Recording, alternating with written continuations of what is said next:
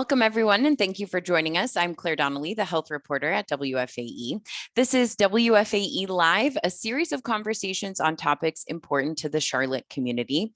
Today is day 4 of our mental health series, where we're talking about mental health through a variety of lenses. If you missed the conversations from earlier this week, you can listen to or watch those at wfae.org/mental health or on the WFAE Facebook page. Today, we're focusing on the intersection of religion and spirituality with mental health care, and the brain. Our guests for today are Dr. Andrew Newberg, a neuroscientist who studies the relationship between brain function and various mental states. He's a professor and director of research at the Marcus Institute of Integrative Health at Thomas Jefferson University and Hospital in Philadelphia. Kimberly Reese, a licensed clinical social worker and psychotherapist based out of Charlotte. She specializes in treating trauma in Black people and is also a certified Enneagram coach. Reverend Jessica Stokes, interim co-director of Partners in Health and Wholeness with the North Carolina Council of Churches. She's an ordained Baptist minister based in Durham. Welcome, everyone. Thank you for being here. Thank you. Great to be here. So, Andrew, I actually want to start with you. You work in integrative health. Can you explain what that is briefly and how it's different from more conventional medicine? Well, ultimately, we feel that it is a combination of what we consider to be conventional medicine. We give people medications when we need it, but we do a lot of work with preventative health. We look to things like diet and nutrition, and it's ultimately evidence-based approaches that can include things that might even be considered to be complementary or alternative, different supplements, antioxidants. And ultimately, it arises out of a conception of the human person as not just being biological, which is what sort of the traditional medical world basically takes care of, but it's our biological selves, it's our psychological selves, our social selves, and also our spiritual selves. And so we feel that to take care of people most effectively, we need to utilize those 4 different dimensions to really help people as effectively as possible. How does that change the approach specifically with mental health?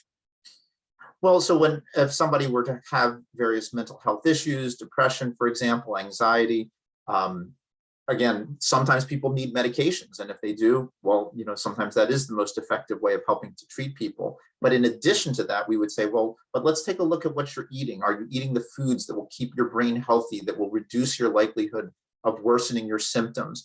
We might look to see whether they have other issues in their overall health and well-being. We may want to make sure that they have good social support, and we might ask them about their spiritual lives as well. How much do they turn to their spiritual or religious background to help them to cope with various issues, to cope with the problems that they are facing?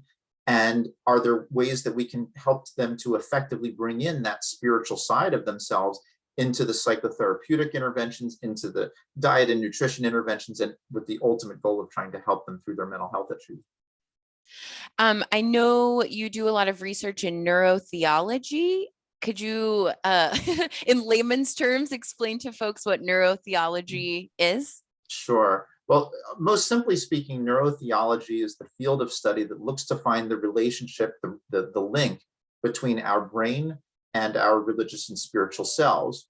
So with that in mind, there's a couple of important points about it. One is that to me, for it to work as a field, it needs to be a true two-way street. It's not just science looking at religion.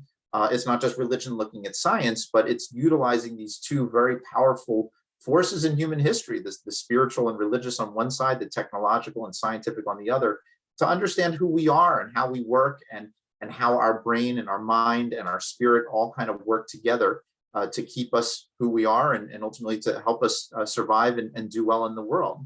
So that's very important. And then the other important point about neurotheology as a concept is that both the neuro and the theology sides need to be defined very broadly. So the neuro is some of the neuroimaging studies that we may talk about in a few moments that we've done, the neuroscience, but it is the biological piece as well. It's other ways of getting at kind of what's going on with our brain and our mind, our psychological selves, even sociology and anthropology could be thrown in there.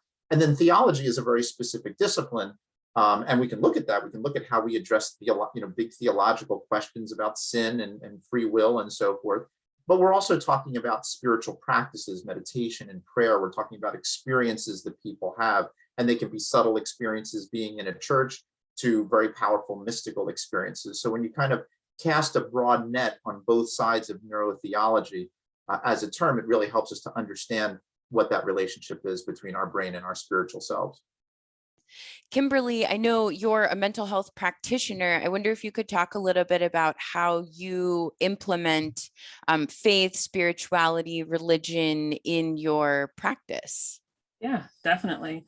I generally try to let the client determine to what degree they feel integrating that into our work together feels supportive. And frankly, to what degree it's going to help them to feel safe in this space.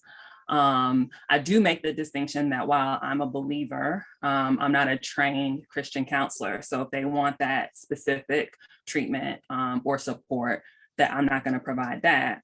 But to whatever extent they feel comfortable talking about their faith or spiritual practices, really as a form of self-care and how that integrates with them as a person, I'm all about it. And I just make sure I'm checking in and asking for feedback to determine if it's continuing to feel like it's helpful and safe for them. Do you ever, oh, go ahead, continue. I was just going to say, I use a self-care assessment with all of my clients. Self-care is something that we end up talking about pretty much like every time we meet, just as a resource and a component of the work that we're doing. And on that assessment, it's beautiful. There's a spiritual section. So a lot of people come into therapy with some misconceptions about what self-care is. They can look at it from a kind of one-dimensional or superficial level. And so this assessment helps break it down, physical, social, spiritual, relationally, and even the workplace. And so being able to have that, regardless of how the person identifies when it comes to spirituality or their religion, it's really, really helpful to continue to refer back to that as a way for them to care for themselves while we're working together. Say more about spiritual self-care. What are some examples of what that might look like? Yeah, it could be anything from breath work, meditation, scripture, or any type of text that the client is familiar with that they feel is resourceful or resonates with them. Yoga, journaling, I think is on there as a spiritual practice. So it can be a wide variety of things. The things that are on the assessment, it's just a starting point. What's really, really cool is that it gives us the language to like start to have the conversation and for us to continue to be able to refer back to it as, like I said, a resource for us to use while we're doing, pretty tough work at times when it comes to trauma and healing. Can I just interject something? Sure. The research really supports what she's saying as well, because the research which has looked at mental illnesses and how, even when people have things like depression or anxiety, that does spill over so often into the person's relationship with something spiritual, their relationship with God. Many times, especially in traumas or addictions, people feel that sometimes God is punishing them. And so, that just kind of adds to the negativity of what they're dealing with. So to be able to try to find a way of redirecting them and embracing that spiritual self and bring that into traditional psychotherapeutic interventions has been shown to be very effective. Again, as she said perfectly, it depends a little bit on each person. You have to kind of assess that. But the studies have really shown that religiously oriented or spiritually incorporating various aspects into traditional psychotherapy winds up being very valuable in that psychotherapeutic model for helping people. Kimberly, you mentioned that sometimes folks have kind of a narrow definition or a preconceived definition of self-care. Do you find that spirituality, like that it hadn't occurred to them that spiritual self-care be part of that? And how does it go once you introduce that aspect? Oh, yes, absolutely. For the most part, people come in. So my clients, for the most part, look like me. I see mostly Black women from mid-20s to late 40s. And for the most part, I'm treating anxiety, depression, and trauma. And so honestly, self-care, there's not a whole lot of representation for us when it comes to that besides physical, working out, hair, nails, that type of thing. So really anything outside of that realm, people are like, wow, that's a way for me to care for myself. And it's beautiful, as we continue to do the work, and they continue to get to know themselves in a more evolved way, the way they care for themselves, it grows too, and it becomes more dynamic, and they continue to discover more and more things that feel good for them. And I'm like, yeah, that counts for self-care. So it's a relief, especially when we get to the spiritual part. Again, that component is such a cornerstone in the Black community. And so to be able to connect and realize, no, that is a way that you can intentionally care for yourself. People are relieved when they hear that. Sure, sure. Jessica, tell us a little bit about your work. Cool. Well, thank you so much for having me. I'm so grateful to share this space with you all. And yeah, thanks for having me. So I work for Partners in Health and Wholeness, which is an initiative of North Carolina Council of Churches. So we work on all types of health projects alongside faith communities, not just Christian faith communities, but all faith communities. And we think theologically about health. And so why does health matter? Why should we care about health as far as our spiritual lives? And we try to think about deeper convictions about health that help sustain our efforts. And so we believe that faith communities have tremendous opportunities to work on mental health, to be agents of compassion and hope, and empathy, and help eradicate stigma from the language that we use from the pulpit, from our regular programming, Vacation Bible School, the daycare programs that faith communities often host, or food pantries. And not only that, they can be trauma-informed spaces, and spaces that are culturally competent. And so we believe that faith communities are still places of influence in the larger context and communities, especially here in North Carolina. And with that, there's great responsibility. And I'm the first to say, as a clergy person, that faith communities often get it wrong. There is a lot of stigma in our language and our context, but we can change that and pivot and heal those gaps where we have caused hurt. And I also see that happening. That's a fun part of my job. I get to see a lot of cool things happening across North Carolina with that productive work happening on mental health. So Kimberly touched on this a little bit. I think, a lot of us think physically about health, but what does it mean to think theologically about health, including mental health? Right. And so when I say think theologically about mental health, I'm saying that mind, body, and spirit is all together. We cannot separate one or the other. And I believe that when we talk about theological parts of mental health, is that we are called, in my belief system, called by God to care for one another, and that includes the whole person. So not just the physical parts of a person, but the emotional well-being and the mental health of individuals and our communities, communal mental health and individual mental health. And so that is a theological conviction. And with that, to get deeper into that answer, concepts such as shared vulnerability and a culture of mutuality are theological anchors with that, how we practice this. That kind of support, whether it's in our faith communities or larger context, I think is a theological conviction, because it takes sincere intentionality to do that type of authentic work. Mutuality and supporting one another and becoming trauma informed, as I mentioned earlier, is a lifelong work, individually and as a community. And for me, that takes faith and many deep convictions to sustain that kind of work. Do I think it has to be of faith? No. But in my context, I connect it to my own theology and what I feel that God is calling me. Andrew, you've said that religion and spirituality can directly and indirectly help our health. Could you give some examples, maybe from some different faith traditions as well? Well, and just to also pick up on what Jessica was just saying, I mean, I think that there is this flow back and forth between mental fitness physical fitness and spiritual fitness. And so it's hard to be a spiritual person when you're dealing with mental illnesses or physical illnesses. And conversely, sometimes, if you're really struggling spiritually, that can affect you mentally. So in that context, there's obviously a very fascinating relationship between mental health and religiousness.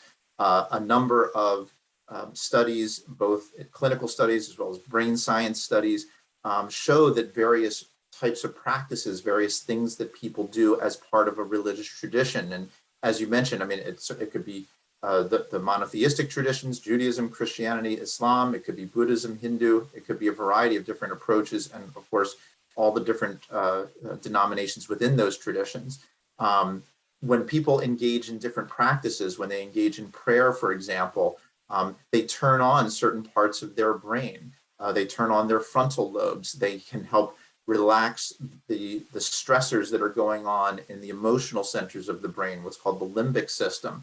And you can create this better balance, a better regulation of your overall responses to things. And that can lead to a more positive mental health outlook. And of course, when you have a very profound religious background for a given individual, evidence suggests that also makes them feel more optimistic about life, about themselves. It gives them a sense of meaning and purpose in the world. They feel that God is there to support them. And all of those things, regardless of which tradition you come from, ultimately can have some very beneficial effects on people. And so, I often talk about the effects as being both direct and indirect. So right now I was just talking about some of the more direct effects, doing practices, the beliefs that you hold. There are indirect effects as well. I mean, having that social network of a church or a synagogue or something like that, that can be a very powerful source of healing and of recovery and coping for a person. So it's not because you're religious per se, but because you're religious, you now have this social organization, a community of people behind you that really can help you overcome the various issues that you're facing. So there's a number of different ways in which religious or spiritual traditions and beliefs and practices can ultimately be very beneficial for people. So that's interesting what you mentioned about the limbic system. So there's a physical effect as well to the mental health component, to praying, to meditating.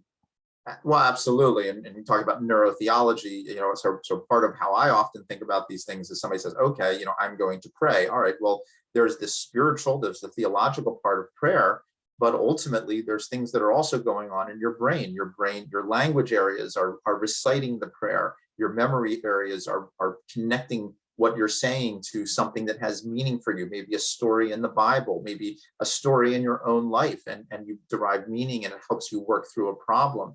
And then, as you were just referring to, we know that these practices can have a very profound effect on us emotionally. Sometimes they increase our emotions. We may have a profound sense of love, joy, awe in the face of doing a prayer in a church, for example, or feeling God's presence around a person. On the other hand, there are also ways of kind of creating a sense of calmness and blissfulness that helps to settle the body and the brain down. Of course, the brain is intimately connected with the body as well. So when you feel that you're getting into a more blissful, more calm perspective because of the prayer that you're doing, your amygdala, your limbic system that usually fires when you feel traumas and fear, that quiets down. But then that tells the body, hey, I can relax a little bit, and it reduces your heart rate, it reduces your blood pressure. It even changes the neurotransmitters and the different chemicals in the brain and in the body, which ultimately lead to a healthier sort of overall set point for what the body is doing. Yeah, I know you've done some brain scans. I want to come back to those in just a second. Sure. So Jessica and Kimberly, some members of faith communities are still really reluctant or hesitant to seek mental health care. I guess, Kimberly, we'll start with you. Why is that? Yeah, well, it's tough. I'll speak to the Black experience because it's what I know. And so historically, there's already been mistrust between the Black community largely and healthcare, period. And so I think, when you pair that and understandably so, with issues such as lack of representation in mental health care, which can lead to harm, misdiagnoses, cultural incompetence, treatment approaches that don't have this in mind. All of these things just kind of lead to this vibe where it feels like therapy is just like not something that's for us. And it's kind of something that's a part of the stigma that you hear sometimes in the Black community of therapy, like that's not something that Black people do. I think that there can also be a fear of being too self-aware, and that can loosely connect with this notion of lacking faith if you need help. Speaking again to what many of us experience in this country, that line of thinking is about self-preservation. So for the longest, we believe that we can't afford to not be strong. So it can be hard for us to admit when we're struggling or we need help. And then just stigma and all of the different things that contribute to it. It's amazing to me that despite all of the efforts, right, that we're talking about to help us see mental health and therapy and treatment for mental health conditions in a more holistic, comprehensive way. And again, for Black people, the things that we've seen happen over the past few years that really validates some of our experiences in this country. At the same time, it continues to be more traumatizing for us. And still, I think the most recent research says that 80% of us won't get help because we're worried about stigma associated with therapy.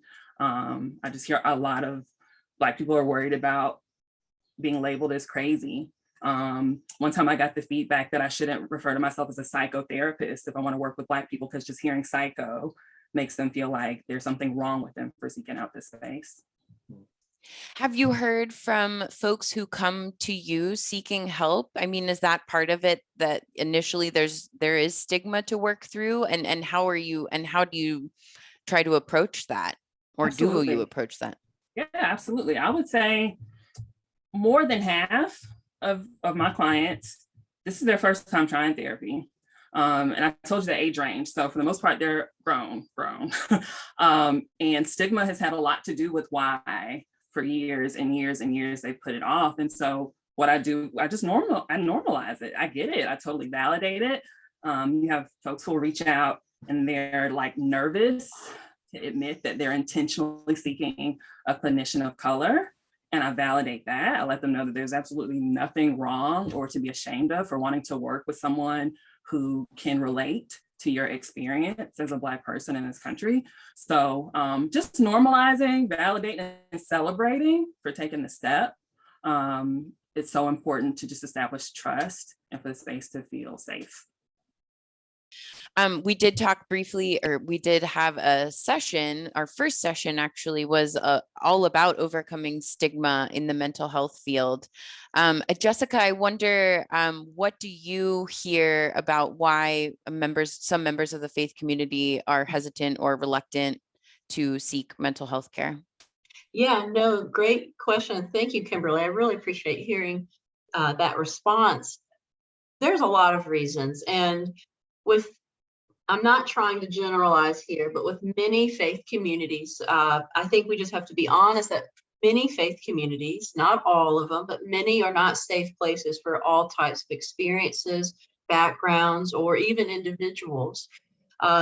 Faith communities have not always had a clear or accepting response to many hard things that happen in life, specifically around suicide, for instance. Faith communities' historical response to suicide has often been one of secrecy and shame culture.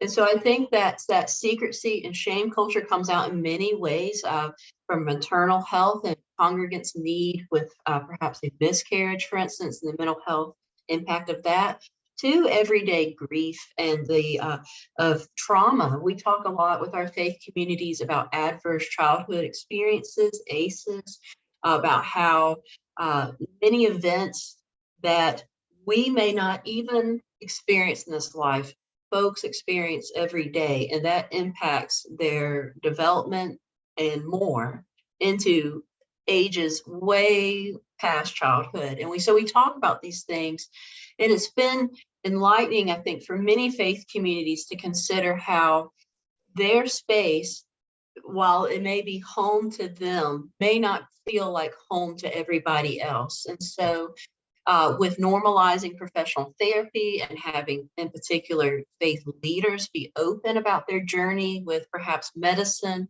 and professional therapy, and breaking down some of those barriers, and including talking about barriers, faith communities saying, hey, if you need a proper referral or you need a connection to a professional therapist, we can help you with that. And that's been really cool to see that. But this is how do I say this? After centuries, the thousands of years, we even see in scripture where there was stigma around, in particular, suicide and mental health. So we have a lot of work to do. Can I just also add one Sure. neuroscience point on this too, which just to take it a little bit in a slightly different direction, but we see this a lot in our integrative medicine center, and we have brain health programs and things like that. And everything that they're saying is absolutely on point, that there's this stigma. One way that we sometimes wind up helping people, not so much from a spiritual perspective, but from the biological one, for whatever reasons, it's okay. We don't think about the stigma as much, at least if you have a heart attack, if you have cancer, if you have, like, those things are sort of okay to have. I mean, obviously no one wants them, but from a stigma perspective, they tend to be much less thought of in that way, as opposed to mental health. And part of what we do a lot of with the brain scan technologies that we have is we can look at what's going on in the brain and explain to people that depression isn't just the mental state. There's something biological that's underneath that, and that there are ways of trying to work through that biological issue. So sometimes we get people who start weeping when they, see their brain scan, and we say, see, there's something biological that's happening in them. And again, that's not the only way to help with the stigma. There's certainly the larger cultural and spiritual perspectives as well. But even within biology, we sort of have this different way of looking at the mind versus the brain. And I think that becomes unfortunate at times. I'm glad you brought up the scans. Thank you for the segue. So you have done, Andrew, brain scans of people while they're meditating, while they're praying.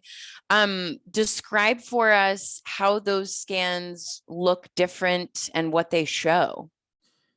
So, to focus on a couple of specifically spiritual practices that we've studied, we did a study of people doing a fairly standard Christian-based prayer called centering prayer.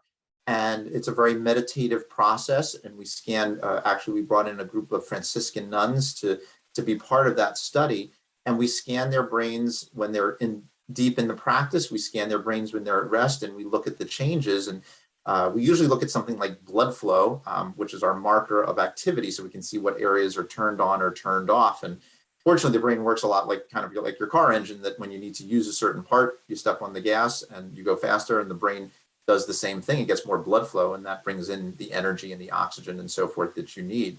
So when we looked at the nuns doing this centering prayer, where they're focusing their mind, focusing their attention on this, very deeply meaningful prayer for them, two of the main things that we saw was an increase of activity in the frontal lobe. So that's right behind the forehead. And our frontal lobes normally help us to concentrate and focus our attention. They make us feel like we're doing something purposeful. So when you engage the practice and you say, I'm now going to focus on the prayer, we see the frontal lobes start to turn on. And we see this in other kinds of concentrative types of practices as well.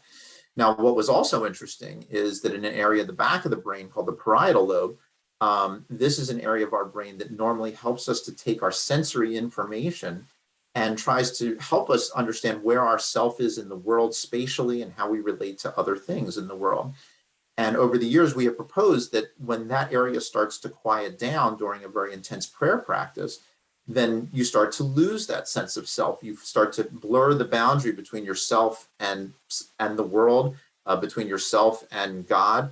And that's exactly what we saw on the brain scans, and it's exactly what the nuns were describing, that kind of losing the self and becoming one with God, so to speak. Now, the other interesting practice to contrast that with, especially in the Christian context, we did another study of speaking in tongues. And so when people are speaking in tongues, which, for those not familiar, it's a very deeply spiritual and religious practice. They're making these vocalizations that sound like language, but it's not, at least a human-based language. And when we scan them, one of the interesting differences we saw between that and the more sort of standard form of prayer is that their frontal lobes actually quieted down. And we thought that that made a lot of sense, because when we asked them what do they experience during speaking in tongues, they feel that they're not making it happen. It's something that's happening to them. It is not a purposeful, making of this vocalization. So the part that makes you feel like you're doing something purposeful, your frontal lobes should actually quiet down.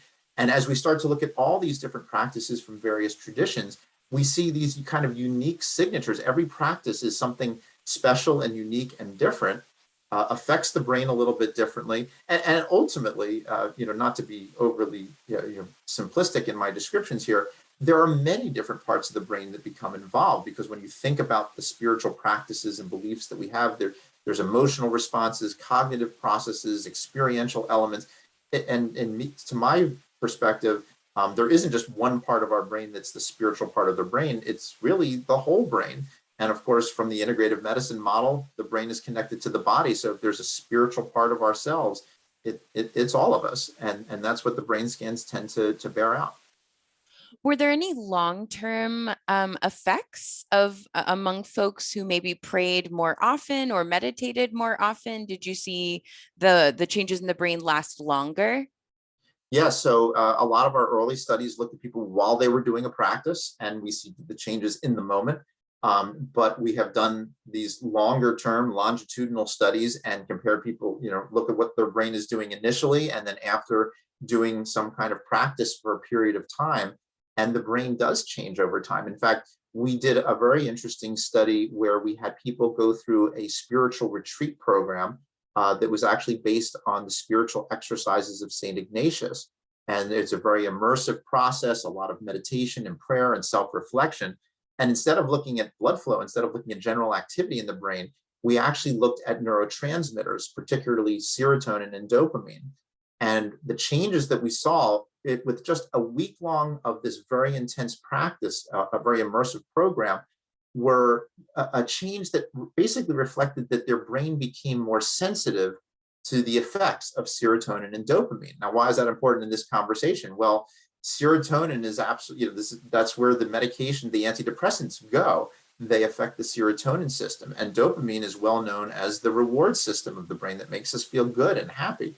So the fact that the brain becomes more sensitized to it, that will probably have some very profound implications for the potential for these kinds of practices and approaches that everyone here is talking about to not only have an impact right then, but to have a lasting impact. And the bigger question that we don't know is, does it ultimately, if you stopped today, does it, when does it wear off? And ultimately, I think it is going to be important for people to continue the practice in some way, that continue to engage their religious or spiritual beliefs in some way over longer periods of time. But even over short periods of time, we are starting to see the evidence that that may occur. Kimberly and Jessica, I wonder if you all could speak to this from maybe a more anecdotal perspective. I know, Kimberly, you work a lot with patients who are processing trauma, going through trauma or recovering from trauma. Have you found spirituality, religion, prayer, meditation to be particularly helpful for those folks? Absolutely. I mean, we really, I really emphasize grounding techniques. And so Dr. Newberg, he just basically described from a biological standpoint what's happening when we get grounded. And so going back to some of the discovery and curiosity we have to have surrounding self-care, just helping us connect those dots. When we're doing trauma work, and we get to the point to where we want to go back and reprocess some of the experiences that we've had where we're kind of stuck in it. So now in the present, where we have someone say something, or we smell something, or we see something that reminds us of that part of us that's stuck in the past, we need to be able to rely on techniques to help us stay grounded while we're doing that. And so be it breath work, like we said earlier, or some form of prayer, singing hymns, that's something else that I thought of that has come up in some of my work with clients. That's a spiritual practice. Whatever it is that works, having that curiosity and that commitment to staying open to what's helpful. Jessica, what about for you? Yes, so, and with this from a faith community perspective, these very concepts, I do see and I hear stories about how healing, this type of knowledge and care for each other, and for when people take this kind of initiative to take care of their mental health, how it helps holistically in their faith community and spiritually. Back to the theological reasons, what I know and what people also know is that when we think about folks and their mental health and have and build compassion and empathy, and we hear stories without judgment, and we decide to be places of support and safety and transparency, what that does is that ultimately brings us closer to those people in need, but it also brings us closer to ourselves, because when we can help eliminate stigma and provide those spaces, we're also providing them for us. And we may see folks going through hard times, whatever that may be, but we will eventually, if we have not already, experience difficulties. And what that ultimately does, back to the theology part, is that brings us closer to God and whatever that sacred belief system you may hold.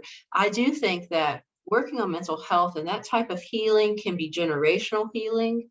And I want to be careful to say that I don't mean healing in the mental health, like in a diagnostic way. What I mean is healing from stigma and healing in a spiritual sense of that secrecy and shame culture that I referenced earlier, that type of healing, so that communities can become more whole and resilient and invite these kind of conversations and live it out. So, yeah.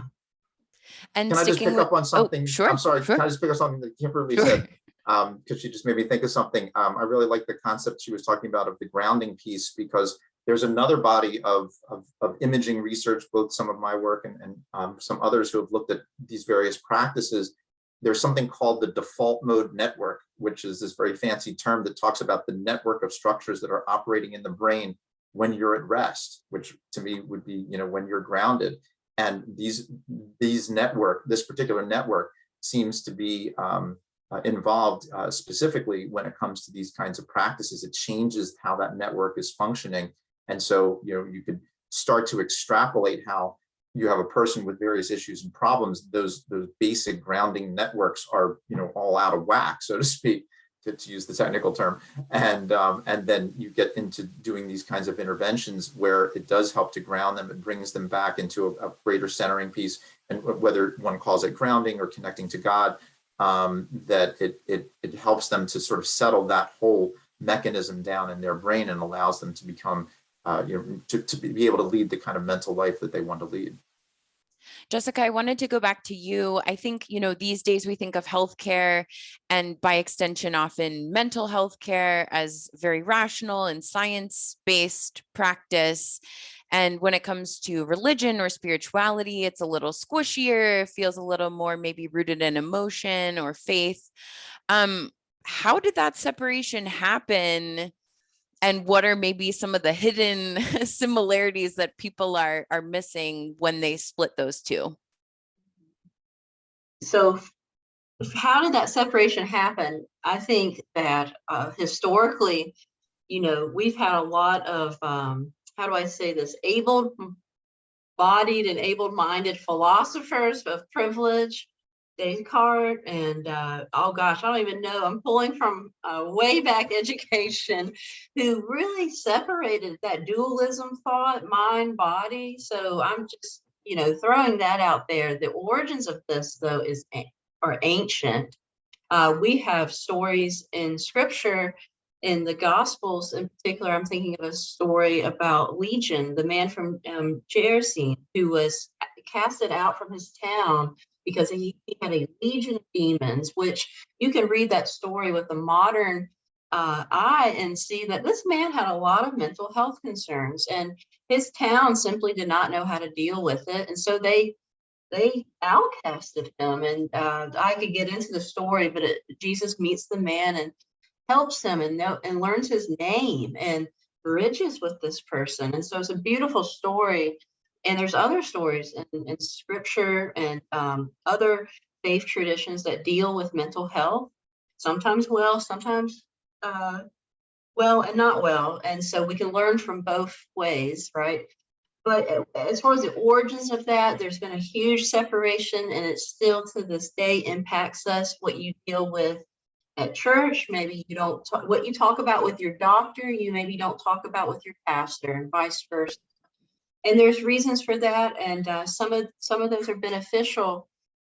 But something I do want to note and say from my place in this conversation is that pastors and faith leaders are often the first phone call when something is up for a family. They are on that front line, and there's a lot of reasons for that. You don't have to run your insurance, your health insurance, when you call your pastor, and you text your faith leader, whereas you have to make an appointment with a medical provider. There's thousands of reasons for that, trust and comfort and so forth.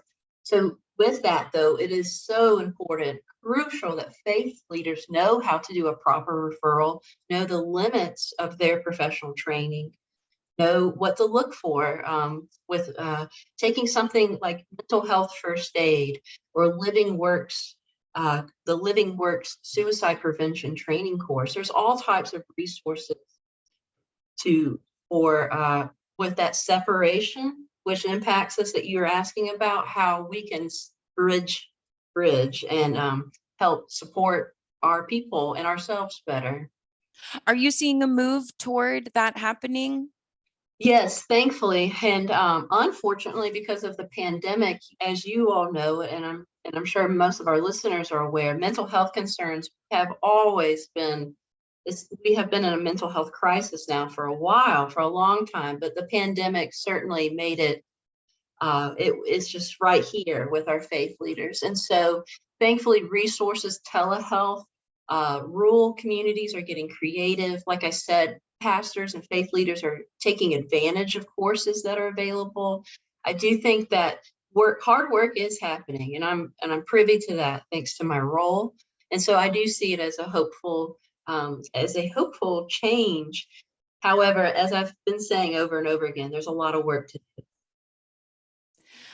Andrew, I want to come back to you. So there's been a general decline in religious interest and in church attendance. A Gallup poll showed that in 2020, less than half of Americans, 47%, said they belonged to a church, synagogue, or mosque. That's down from 50% in 2018 and down from 70% in 1999. Why is that happening? Are people turning to other, ways of seeking spirituality and meaning? Yeah, I mean, I think it's certainly multifactorial. We do talk about this a lot in this context of neurotheology too, which is, there are these different categorizations. People are spiritual and religious. People can be spiritual but not religious. People can be religious and not spiritual. And of course, there's a group of people who are atheists and who are neither spiritual nor religious, at least according to how they describe it. But I would agree with a little bit of the point that you're making here too, which is that I think that while sometimes people really struggle with a given tradition and maybe the tradition they came from, especially when they're struggling with life itself and they feel like they haven't had the support that they've needed. So I think that's part of it. But I do think also, based on how we understand the brain and its relation to our religious and spiritual selves, that everyone does have that piece of them. And then the question is sort of how do they engage that? And sometimes they reject it, and we can reject anything. But so, more and more people, when they fall out of that categorization of maybe going to a more standard traditional church, they are trying to explore their spirituality in other ways. And it's whether it's going to yoga or meditation or, there are so many people talk to me about creativity as their spirituality or being in nature or something like that, or even just helping humanity. So there are many different ways of helping people to engage that. And hopefully, that's part of the overall process. I mean, hopefully people are just not completely, losing their mental health and to a certain extent their spiritual health, in the sense of that they're losing a sense of meaning and purpose and optimism in the world. And I also just want to add one point to the prior conversation too, which is that to me, neurotheology is a really fascinating field that I hope can find ways of not only understanding the kinds of questions that you're asking, but to me, it's a very natural place where science and religion can come together, and really trying to help understand both sides of that equation as effectively as possible. So I think there is movement, obviously on both sides, because even in the medical world, more and more people in the medical world and doctors who I know, again, recognize that the spiritual part of people's lives is an important part of how a person ultimately becomes healed, both physically, mentally, and spiritually, and that's an important process that we need to recognize. Again, we're not we're not pastors and so forth, so we need to understand our limitations, but then also know how to redirect people to the right people who can help them, and ultimately try to create an integrative process for them. Yeah. Yeah, I'm very curious, and I'm very interested in, religion and spirituality. I think also are people trying to understand themselves and how they fit into the world, and, as a larger piece of that. And there are other, ways that people have tried to make sense of themselves and are trying to make sense of themselves outside of religion, things like astrology, personality tests. Kimberly, I know you administered the Enneagram test, and you also created a brand called the Melanated Enneagram, which offers tools particularly for the Black community that combine religion with the Enneagram. Talk to us about that and how that might help folks gain some sense of understanding. Yeah. So a lot of people don't know a lot of people of color don't know what the Enneagram is. So maybe I could start there. It's another space that there's not a lot of representation, hence the Melanated Enneagram. That was the whole reason for that. And then I also have a podcast that I do with a good friend of mine who's also a Black clinician out of Raleigh. And it's called Enneagram for the Culture. And in that, all we talk about is the intersection of this tool, therapy, and Blackness. Because again, you don't get that much. So the Enneagram is the short answer is that it's a type of personality assessment. What does make it different from other personality assessments in my experience, though, is that it focuses more on what's going on at our core versus other assessments. They're focusing on like character traits that can feel pretty limiting. And a lot of people's resistance is, they don't want to be labeled or put into a box. And so alternatively, this tool helps us to have a sense of what's going on at your core that's motivating some of those character traits that we're seeing or some of the behaviors. And how can you be aware of that so that when you want to get in the box, because going back to the intersection of this and race, at times it's safer for us to be in that box, right? Depending on what space we're in, it may not be safe for us to feel like we can be our vulnerable, authentic selves. So for us to be able to recognize, though, when we're choosing to do that, so that we don't merge and feel like that's who we are. So I'll speak to type 3, the achiever. Achievers are very, very driven and afraid of failure. And so to be able to be aware that that fear of failure is what can drive perhaps workaholism, to be able to spot that and name that and have the language to talk about it in our work together is why I love using it with my clients.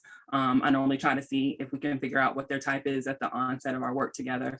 And we're just able to reference it when we're talking about patterns that they want to change, or again, what's going on at your core that's driving that behavior or some of those traits. I think it also gives people a sense of hope, going back to the point that you're making as far as wanting to understand themselves better, not having to feel like this is just who I am. Or this is what I learned, this is what I saw, and I'm just stuck. I can't be any different. It's a helpful tool to help people to be able to see what your options are, what a path may look like for you to make some different decisions.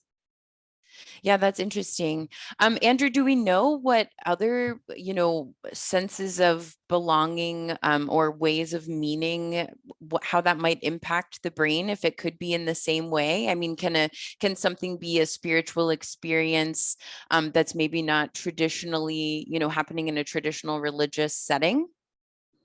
Well, certainly, actually, I have an upcoming book called Varieties of Spiritual Experience. And what you just said is absolutely on point.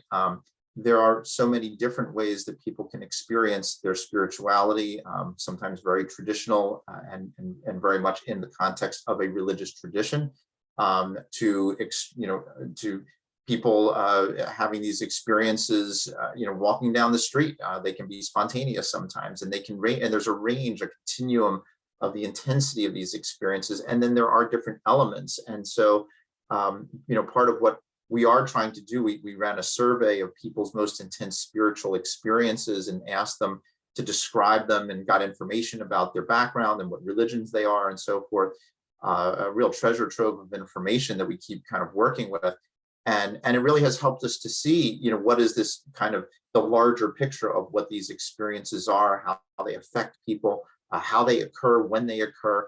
And yes, I mean, when it comes to a sense of meaning and purpose, part of what we asked them for was, how did these experiences change them and transform them? It goes back to even some of the earlier questions in the program.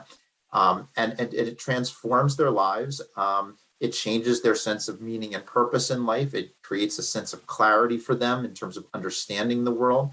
They feel that their mental health improves, their physical health improves, their relationships improve, their, how they look at their job improves, even fear of death improves. And so, these kinds of experiences really have a very dramatic and very positive effect. I mean, interestingly, and I know we mentioned this at one point, maybe even before we got on, that there can be this negative side, and there are a small percentage of people who have intense spiritual experiences that are negative. As we talked about the concept of stigma in religion, there are the negative aspects of religious and spiritual beliefs, and of course there are very truly kind of negative approaches to religion, cults and so forth, that can really lead people down very potentially destructive paths, either for them or for society at large. And that, to me, is also a very important area for the whole field of neurotheology, for everything that we're all doing, to continue to explore that, to try to understand why, one person becomes religious and spiritual, and because of that, they become open and loving and compassionate and helping, everyone. And then somebody else becomes religious or spiritual, and they think that, they're right and everyone else is wrong, and we need to destroy everyone who doesn't believe this, what's the difference in the brain ultimately that leads people down those different paths? And even on a more health related perspective, I've seen as a physician, sometimes somebody gets cancer, and some people turn towards religion and they say, God is going to help me through this, my religious community is going to help me survive this. And other people turn away from religion and say, why would God do this to me? I hate God. And so, and again, what's the difference? Why does one person go one way and one person goes another way? So there's a lot of very important questions, certainly left for us to continue to answer in this regard.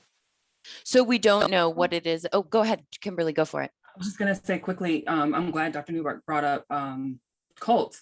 And so going back to your question earlier about the decline, one of the things I am seeing, I referenced earlier multiple times that I address trauma. A lot of that I'm learning is in the form of religious cults. And so you have folks who are coming out of those experiences and they don't want to have anything to do with God, at least for a while, because of trauma. And I think that that's something that's kind of flying under the radar. A lot of people don't realize how incredibly impactful that is, cults, to be specific, and the detrimental effects, how destructive it can be. Yeah, say more about that. What are they working through specifically? What sorts of trauma come out of that? So I've had folks who will initially present for anxiety and depression, and I mean, we could be working together for months, in some cases longer, before they start to speak up about experiences they have had or are having in their church that's harmful. And so it can look like anxiety, and it can look like depression. It can get to the point to where folks, at the thought of having to go to church or go to some type of a group meeting or anything, seeing somebody from their church is triggering for them. So that's kind of how it can present. It's just really astonishing. It has been astonishing to me how prevalent it is and how much people aren't talking about it.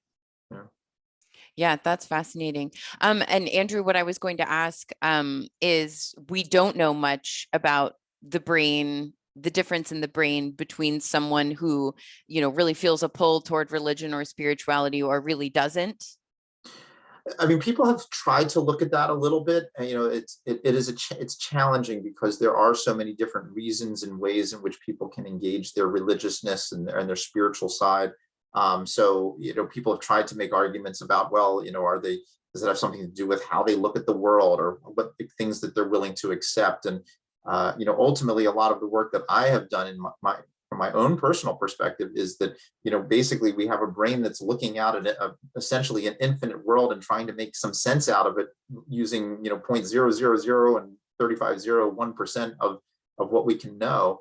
And we come to our conclusions, and it's based on our genetics, it's based on our upbringing, it's based on the people that we've known, our experiences, the things that we've heard.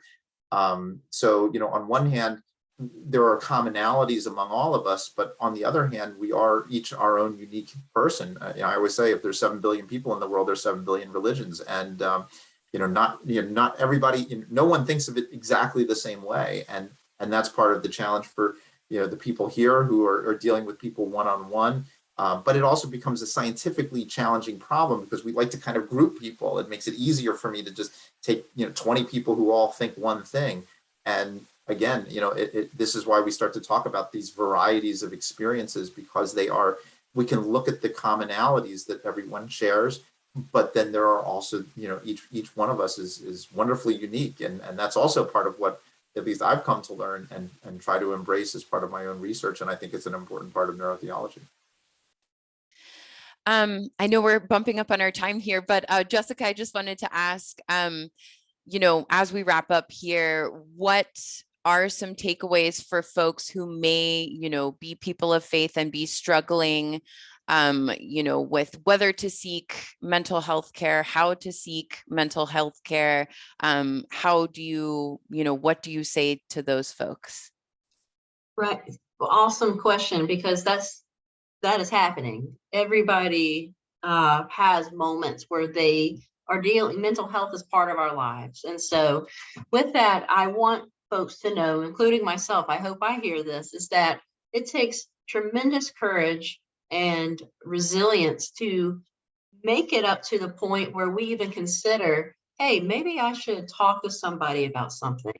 The amount of courage and self-awareness, that is something to celebrate. That is something to thank your faith for, that your faith has gotten you to that place where you are even considering trusting another person. Again, that vulnerability is a strength. And if that is where you are, I pray and hope that you consider that to a place where you carry that through and at least give yourself the honor of thinking about why that's so and what help and support do you need. And getting support, clinical or otherwise, is again, it's a strength. And with that, my whole professional career is based on this belief that I'm about to say, is that faith communities have this awesome opportunity to be radically different from the world. We can do things completely different. So all of the ableism or the ways that we prohibit talking about mental health, or the ways that the world has, all the isms, racism, and including the, homophobia and different things, we can be radically different. We can have a collaborative approach to supporting one another that is in a sacred way and with shared dignity and vulnerability and mutuality and support. And so all that to say that if you are at a place where you are thinking about, maybe I need support on this, I hope that you carry that through and find that. And I hope you find it in a way that's beneficial, because that is courage. Kimberly, any thing you would like to impart to folks who may be struggling with whether to seek mental health care or not knowing how to? Beautifully said. I'll just kind of dovetail that, trusting that that there are, if you choose to go the medical route or seeing a clinician, trusting that there are clinicians out there like me who are believers or do also practice some form of spiritual self-care in conjunction with believing in therapy and the services that we're providing, and that trickles down, so that you can trust that the treatment that you're getting, the services that you're getting, that they're informed in that way, if that's something that's important to you. I think a lot of people can miss that or take that for granted, that there are people who feel like they've been called to do this work and eager to work with people who want to work with someone who operates with that in mind. So I would just encourage you to keep that in mind as well. Andrew, final thoughts from you. Maybe not so much for, maybe not the same question, but ways to think about religion, spirituality as it relates to the brain. Final thoughts for folks. Sure. Well, and to just keep going with what everyone's been saying, I think the most important thing for everyone to realize is that all of our brains are, the beauty of the brain is it keeps changing. And so it can always be changed and it can be transformed. And there are wonderful ways of doing that, and seeking the combination of helping through our biological, social, mental, psychological, and spiritual side. All of that is relevant, and all of that is something that can be something better down the road. So we all have opportunities to be transformed. All right, we will leave it there. Thank you so much to our guests, Dr. Andrew Newberg, Kimberly Reese, and Reverend Jessica Stokes. Thank you also to everybody who joined in virtually. We really appreciate it. Be sure to join us tomorrow for the final day of our 5-part mental health series. At 5 p.m., we'll be talking about the importance of having therapists who can address cultural, gender identity, or other needs. You can find the information at wfae.org/mental health. And you can see all of the previous conversations on our Facebook, or also at wfae.org/mental health. Thank you, everyone. Thank you. Yeah, thanks, Claire, for hosting. Thank you so much. Take care.